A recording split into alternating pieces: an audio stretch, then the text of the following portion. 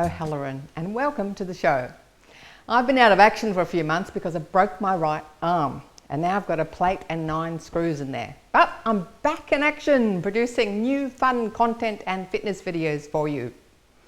After the break, the new fitness videos show a chair version, so there's no excuse not to join in. Today we're speaking with Elder Rights Advocacy about services to assist you and your loved ones as you move forwards in age.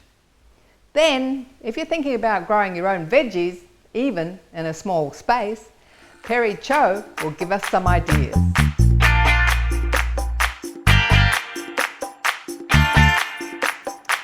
Maybe you or someone you know is looking for services and information on what support is available for us as we age, and it can be quite a quagmire. Well, today we're speaking with Debra Nicholl, CEO of Elder Rights Advocacy, and she can help us with all that. Hi Debra, welcome to Over 50 So What? Hi Carol, thank you so much for having me.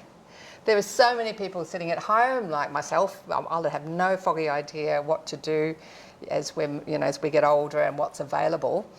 Can you tell us what is Elder Rights Advocacy and what sort of services do you provide? Absolutely. So Elder Rights Advocacy is a free, independent and confidential service, and it's available to anyone who's either seeking to receive or receiving aged care services. We've been around in Victoria for over 30 years providing the National Aged Care Advocacy Program, and recently we also started providing the Community Visitors Scheme, which provides social support to isolated older people. So are there any prerequisites? I mean, you're saying it could be, what about a younger family member that's looking for support for an older family member? Good point, Carol. Absolutely, our service is available to family members, to representatives. Anyone who is assisting the older person is very welcome to contact us as well, and we'll provide information or direct advocacy support, whatever is required. And it's really up to the older person and or their representative to tell us what it is that they would like from us. Well, that brings up an interesting point. A lot of people, as they age, they do have family members and carers involved, but they may feel pressured into going a certain direction or making a certain decision, or they're just not that happy with their family member or carer, the direction they're going in. Now, people watching will be unfamiliar with that word advocate and advocacy, and really it just means a support person. So can you just talk us through this advocate or support person that you can help with?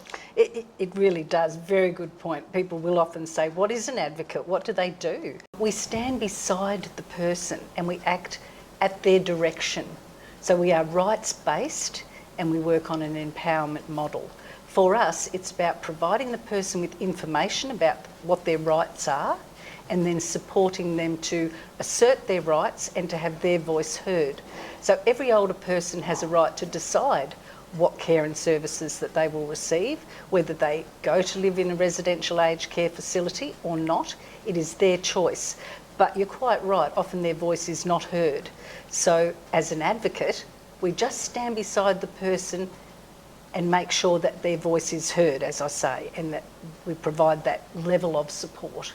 So someone would just ring you up and say, I need some assistance with this, and then you would sort of match them up with somebody? Absolutely. So they'll give our service a call and they'll speak with one of our intake advocates, have a conversation with them about what their issues are, what the information is that they are seeking, and then we'll give people their options so they can choose if they would like an advocate to represent them, or they would just like us to give them the information that they need to feel empowered to be able to speak on their own behalf.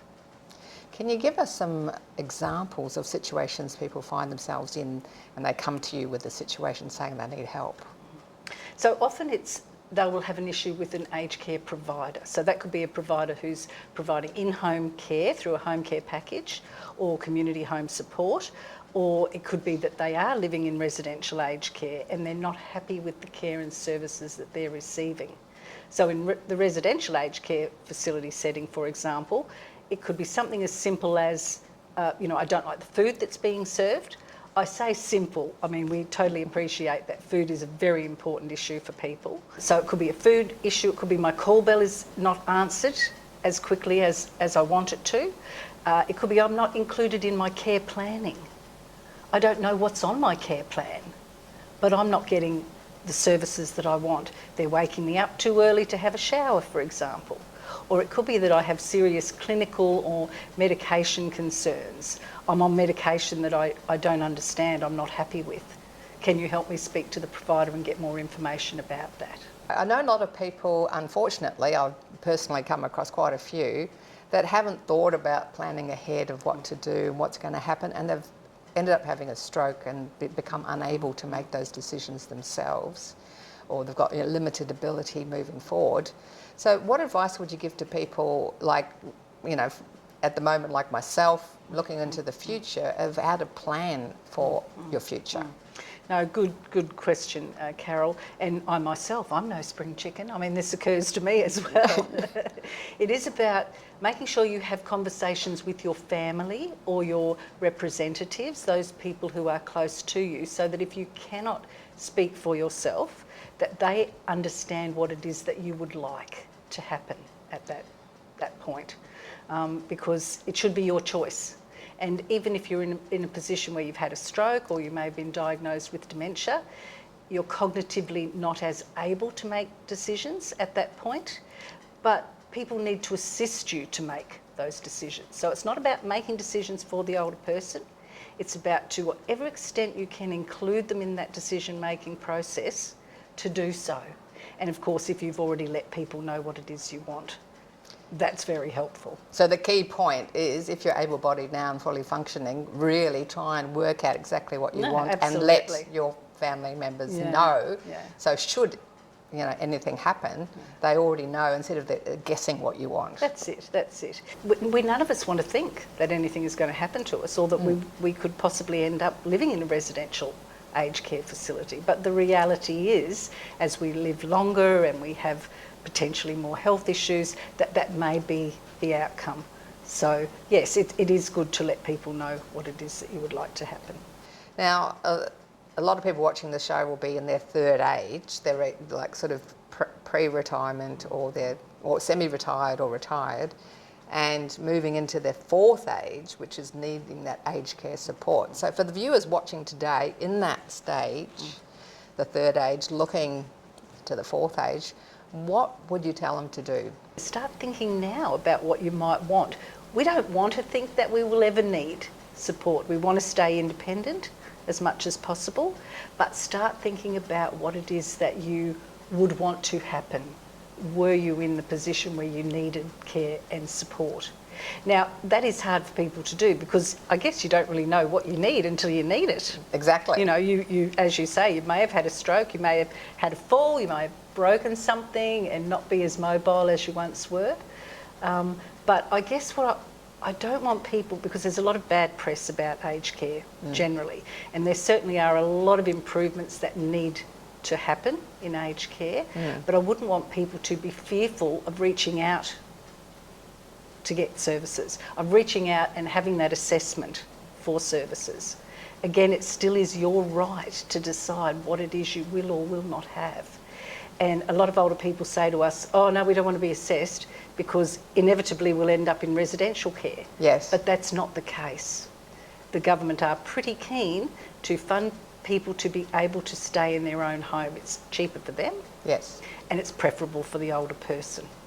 I think that point's very valid. A lot of people are just like, I don't want to know about aged care because it's like I'm at home and then I'm in residential aged care, without realising all the steps in between that you can take. Yeah. Now, how do they get hold of you? Can they ring you? So absolutely. So 1800 700 600. It's a toll-free number. We can give you all of the information about the care and services that are available, about the process to enter into aged care, to get that initial assessment, and we can stand beside you through that journey. That's fantastic. I hope a lot of people watching today are now going to just think, oh yes, I better sort of look at that, because I want to make sure I'm making the decision and not someone else. So thank you so much for your time today, Debra. You're very welcome, Carol. Thank you for the opportunity. Thanks for watching our TV show. Be sure to hit subscribe and then you'll never miss an episode. Jump on Facebook, join our group, get in on the fun, fitness, wellness and inspiration. I'm Carol, over 50. So what?